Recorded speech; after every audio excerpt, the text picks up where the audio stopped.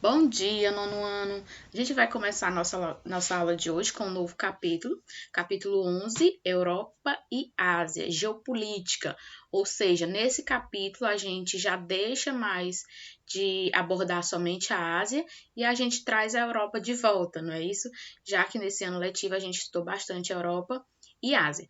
E agora a gente vai trabalhar esses dois continentes juntos, certo? Só que com foco na geopolítica desses dois continentes, tanto do europeu como do asiático. Para começarmos, gente, a falar sobre a geopolítica, a gente vai falar sobre o fim da Guerra Fria, que foi um período marcado pela bipolaridade, não é isso? O mundo dividido ali em dois sistemas econômicos, né?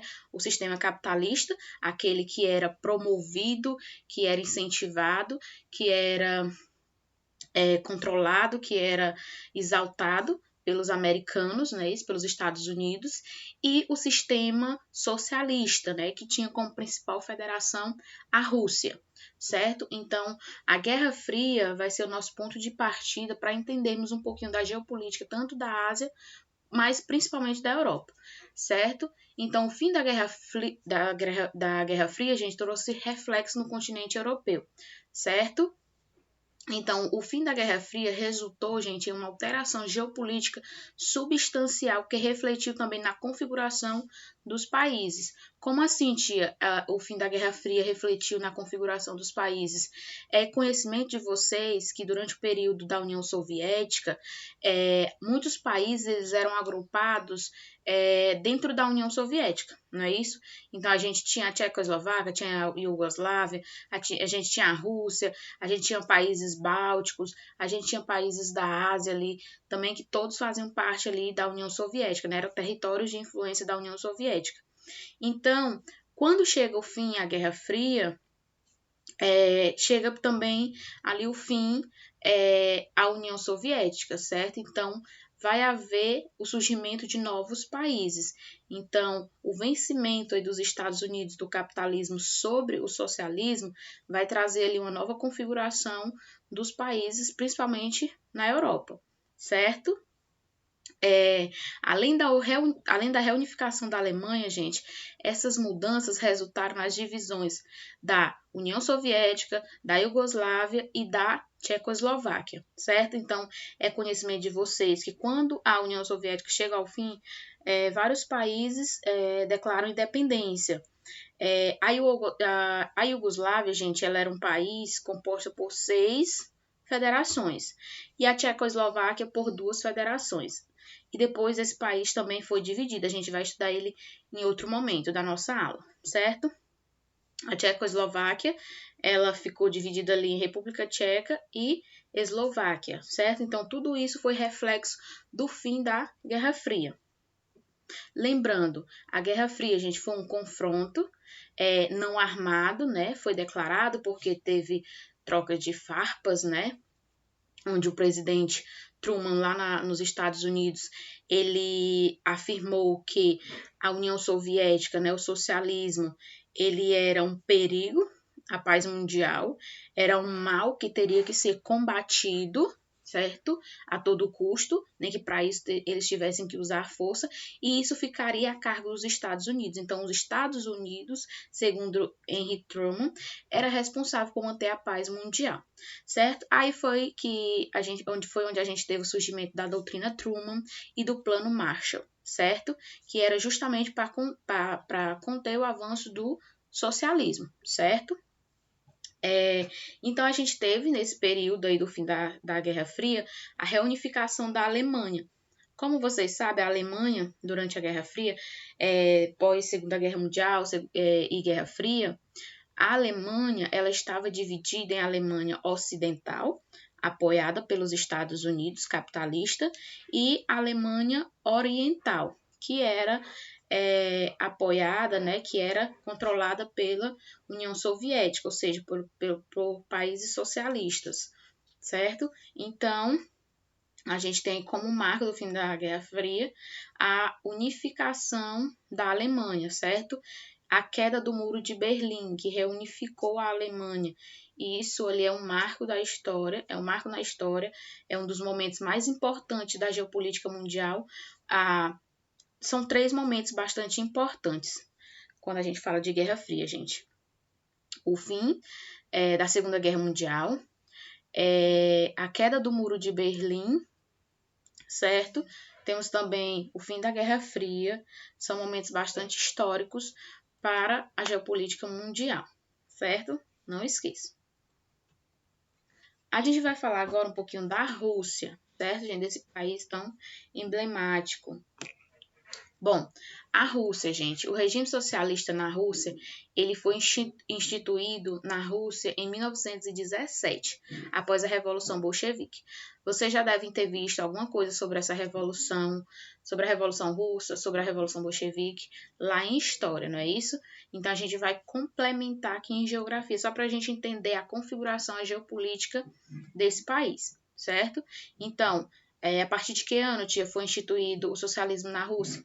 Em 1917, após a Revolução Bolchevique, ou seja, a Revolução Russa. De 1917, gente, a 1922, várias repúblicas foram agregadas a esse país, ou seja, a Rússia, dando origem, assim, à União das Repúblicas Socialistas Soviéticas, onde a Rússia era a maior federação, era quem controlava ali basicamente as outras federações, certo? As outras repúblicas. A expansão do domínio geopolítico soviético, gente, da União Soviética, ele aconteceu no fim da Segunda Guerra Mundial, em 1945. Por que, tia, que a expansão do domínio geopolítico soviético da União Soviética só ocorreu após o fim da Segunda Guerra Mundial? É todo um contexto, gente. Vocês sabem que quando chega o fim, a Segunda Guerra Mundial, os países da Europa, principalmente os grandes países da Europa em questões econômicas, Inglaterra, França, muitos países da Europa, eles estavam arrasados com a Segunda Guerra Mundial, com o fim da Segunda Guerra Mundial. Ou seja, muitos países que participaram da Segunda Guerra Mundial estavam destruídos, certo? Então, surge 2 novas potências após a Segunda Guerra Mundial. Os Estados Unidos, certo? No Ocidente, e a Rússia como a União Soviética no lado oriental, certo? Então, a União Soviética e a Rússia juntas ali, formando essas repúblicas que foram agregadas à União Soviética, e os Estados Unidos, já aqui na América, eles surgiram como as 2 superpotências após a Segunda Guerra Mundial. Então, se cair em alguma prova, em algum vestibular que vocês forem fazer na vida, quais as 2 superpotências que emergiram durante a Segunda Guerra Mundial? Após a Segunda Guerra Mundial, Estados Unidos e União Soviética. É aí que começa o mundo bipolar, certo? O mundo dividido entre essas 2 vertentes, o socialismo com a União Soviética e o capitalismo com os Estados Unidos. O Estado soviético, gente, ele foi centralizador e autoritário. É por isso que quando o Henry Truman, lá nos Estados Unidos, declarou que ele tinha que combater, os Estados Unidos tinham que combater o avanço do socialismo, essa foi uma dos fatores que ele usou para dizer, né, declarar que a Rússia com a União Soviética era um inimigo dos Estados Unidos. Por quê? Porque eles diziam que era um estado centralizador, autoritário, bastante perigoso e que devia ser combatido à força, se fosse necessário, certo? A economia, gente, da Rússia ali com a União Soviética era planejada pelo governo soviético, ou seja, na República Socialista Soviética, a economia era planejada pelo governo soviético, que decidia o que cada país produziria, em que quantidade, em qual região do território, dentre outras questões, certo? Então, um único país, né, o governo soviético no geral, ele era quem mandava, vamos dizer assim, nas outras repúblicas.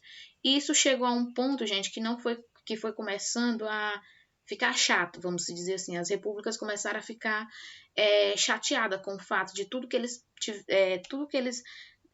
tinham que fazer, tinham que passar pelo governo soviético, né? Principalmente ali centralizado na Rússia. Então isso começou mais tarde a gerar conflitos dentro da União Soviética, certo? Então não esqueça, a economia era planejada pelo governo soviético, que decidiu o que cada país produziria. Então, nenhum país tinha autonomia e decidia o que produziria, em que quantidade não. Veja como esse governo ele era autoritário, centralizador, certo? Os países, as repúblicas que faziam parte da União Soviética, elas não tinham nenhum direito de decidir o que cada uma ia produzir, nem a quantidade e nem em qual região do território, dentre outros fatores ainda, certo? Então, isso mais na frente foi gerando insatisfação dessas repúblicas. Já em 1970, gente, a economia soviética começou a mostrar sinais de retração e o Estado foi perdendo sua capacidade de gerar riqueza e de investir. Ou seja, a partir de 1970 começa a ser gerada uma crise dentro da União Soviética, certo? As empresas, gente, elas não tinham autonomia para melhorar a qualidade dos bens produzidos e aumentar a produtividade, pois dependiam do poder central. Olha aí como já começa a colocar ali uma insatisfação nas pessoas que viviam, que faziam parte da União Soviética. Você tinha algumas empresas, algumas não, as empresas, elas não tinham autonomia nenhuma. Tudo se passava pelo governo, certo, gente? Então não esqueçam, no regime socialista, tudo passava pelo governo, inclusive a autonomia das empresas, das pessoas também, né? Porque tudo era dividido, tudo era controlado pelo Estado. Então, na União Soviética, as empresas elas não tinham autonomia, elas tinham que passar pela aprovação do Estado. Tudo que elas fossem fazer tinha que passar pela autorização do Estado centralizador, certo? Então, ela começou a desenvolver ainda mais aquele sentimento de insatisfação, já que as empresas elas não tinham nem como, gente, melhorar a qualidade dos bens produzidos, ou seja, elas produziam e elas não podiam nem melhorar o seu produto, porque dependiam do poder central, certo? Então, isso gerou muita insatisfação. Em 1985, Mikhail Gorbachev iniciou uma série de reformas políticas, a Glasnost e a Perestroika, certo? A Glasnost tinha com bases reformas políticas e a Perestroika era políticas voltadas mais para a economia, para o setor econômico. Vocês já devem ter estudado isso também aí lá em História, então devem estar com a mente bem fresquinha. Em 1991, gente, Gorbachev renuncia. Logo após os países bálticos, a Estônia, Letônia e Lituânia terem declarado independência, ou seja, países insatisfeitos com a forma de governo socialista. Então, esses países eles declaram independência. Lembrando, gente, para alguns países o processo de independência foi fácil, para outros não, foi bastante conturbado, né? Tivemos conflitos, mortes de pessoas. Então, nem todos os países conseguiram ali independência de forma pacífica, não, certo? E Gorbachev ele vai renunciar lá em 1991, já depois de ter sofrido atentados, né? Então, ele tinha uma pressão muito grande, então ele acaba renunciando. É nesse mesmo ano, gente, 1991, que chega ao fim a União Soviética, certo? E aqui tá o Gorbachev, vocês vão conhecer ele em qualquer lugar por essa mancha aqui na cabeça dele, certo? Então, ele não conseguiu deixar, né, a União Soviética unificada. Começou a ter bastante desagrado, né, por parte da população, das empresas. E essas reformas, gente, elas não eram a curto prazo, né? Existia um prazo. E a população não tinha mais paciência de esperar. Elas queriam reformas já, certo? Então, ele acabou aí sofrendo muita pressão e ele acabou renunciando lá em 1991. Em dezembro, gente, em 21 de dezembro de 1991, em Almaty, então capital do Cazaquistão, hoje em dia a capital do Cazaquistão é Astana, foi firmado um acordo pela extinção da União Soviética, certo? Então, em 1991, chega ao fim a União Soviética. Bem recente, não é isso, gente? Então, até uns dias aí, a gente tinha a União Soviética ainda vigorando aí no mundo, certo? Para que a Rússia não perdesse, gente, essa influência que ela tinha com a União Soviética, foi criada, certo? A SEI, que foi criada em 1991, mesmo ano da extinção da União das Repúblicas Socialistas Soviéticas. E ela foi fundamental, essa organização, gente, para manter a Rússia com parte de sua influência, ou seja, a Rússia tinha uma influência imensa porque ela controlava ali vários países e de repente ela se viu sem esse poder todo. Então, para não perder essa influência que ela tinha, principalmente na sua geopolítica, né, controlando ali várias repúblicas, ela criou a SEI, certo? Essa organização, gente, ela constitui de uma organização de cooperação entre alguns países que obtiveram sua independência, que são eles a Rússia, a Ucrânia, a Armênia, o Azerbaijão, Belarus, Cazaquistão, Moldávia, Quirguistão, Tadjiquistão, Turcomenistão e Uzbequistão. Então, esses países fazem parte da SEI, certo? Que era ali uma cooperação, principalmente visando o crescimento econômico desses países que saíram aí da União Soviética, certo? E tinham a Rússia ali como cabeça-chave, ok?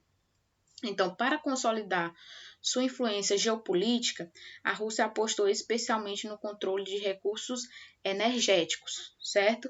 Então, a Rússia ela passa por vários problemas, mas ela vê ali nos seus recursos energéticos uma forma dela manter a sua influência geopolítica, certo? Lembrando, gente, que país que tem influência geopolítica consegue muito, certo? Se destacar muito no cenário mundial.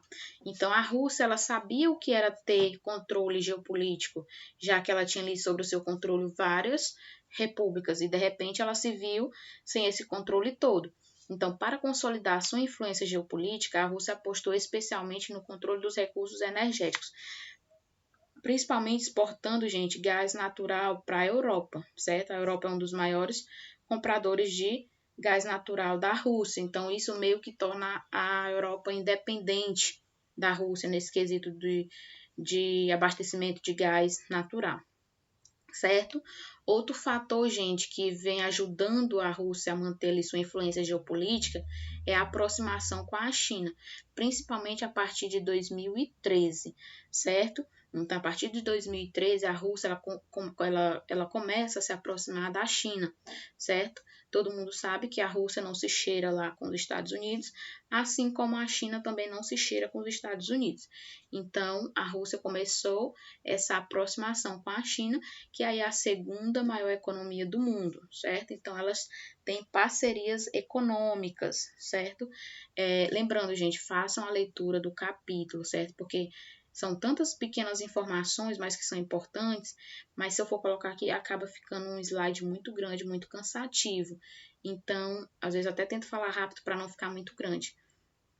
Então, leiam pelo livro também, certo? Onde vocês não entenderem, certo? Aqui, gente, a gente tem o símbolo da CI, que é essa organização formada pela Rússia, Ucrânia, Armênia, Azerbaijão, Belarus, Cazaquistão, Moldávia, Quirguistão, Tadjiquistão, Turcomenistão e Uzbequistão. Aí vamos falar um pouquinho da Iugoslávia, que durante o período da União Soviética, ela também era formada por alguns países, certo? Então, a Iugoslávia, ela tinha ali no seu território, na sua área de influência, alguns países, certo? Então, a Iugoslávia, ela se tornou um país depois da Primeira Guerra Mundial, com a reunião de diferentes povos e quase 2 dezenas de minorias étnicas. Lembrando, gente, quando você tem sobre o mesmo território muitas etnias étnicas, isso pode gerar conflitos, certo? Porque você tem aí várias culturas diferentes, vários hábitos diferentes, várias religiões diferentes. Então, isso pode gerar conflitos. E foi o que aconteceu na Iugoslávia. Essa quantidade tão grande de minorias étnicas nem sempre se entenderam, certo? Isso também lá na frente levou à fragmentação desse país. certo? Então, o Estado Federal da Iugoslávia, a Iugoslávia era centralizada ali em um Estado federal, que era uma federação composta de 6 repúblicas, ou seja, a Iugoslávia era um Estado federal que era composta por 6 repúblicas: a Sérvia, a Croácia, a Eslovênia, a Bósnia e Herzegovina, Macedônia e Montenegro. Então, esses 6 países compunham o que era a antiga Iugoslávia, certo? A etnia mais numerosa dentro da Iugoslávia era a dos sérvios, que eram cristãos ortodoxos que constituíam mais de um terço da população. Então, a profunda diversidade étnica foi a raiz da divisão do país em várias repúblicas. Olha só, como eu falei aqui no início, né? 2 dezenas de minorias étnicas. A profunda diversidade étnica foi a raiz da divisão do país em várias repúblicas, pois a população majoritária de cada região reivindicava autonomia. Ou seja, a gente tinha aqui 6 repúblicas, e essas 6 repúblicas, gente, existiam muitas minorias étnicas. Então, a maioria dessas minorias étnicas, reivindicava a autonomia, Eles não queriam ficar ali submetidos a um governo, principalmente um governo autoritário, certo? Para quem não sabe, a Iugoslávia era governada por Tito, certo? O Tito, ele era bastante autoritário, gente. Ele não permitia qualquer coisa, não. Então, ele punia até com a morte mesmo quem fosse contra as suas políticas, quem fosse contra o seu governo. Ele era extremamente autoritário. E ele ficou no governo da Iugoslávia de 1945, ou seja, ali quando a gente tem o fim da Segunda Guerra Mundial, até sua morte, certo? Em 1980, ok? Então, a Iugoslávia era o quê?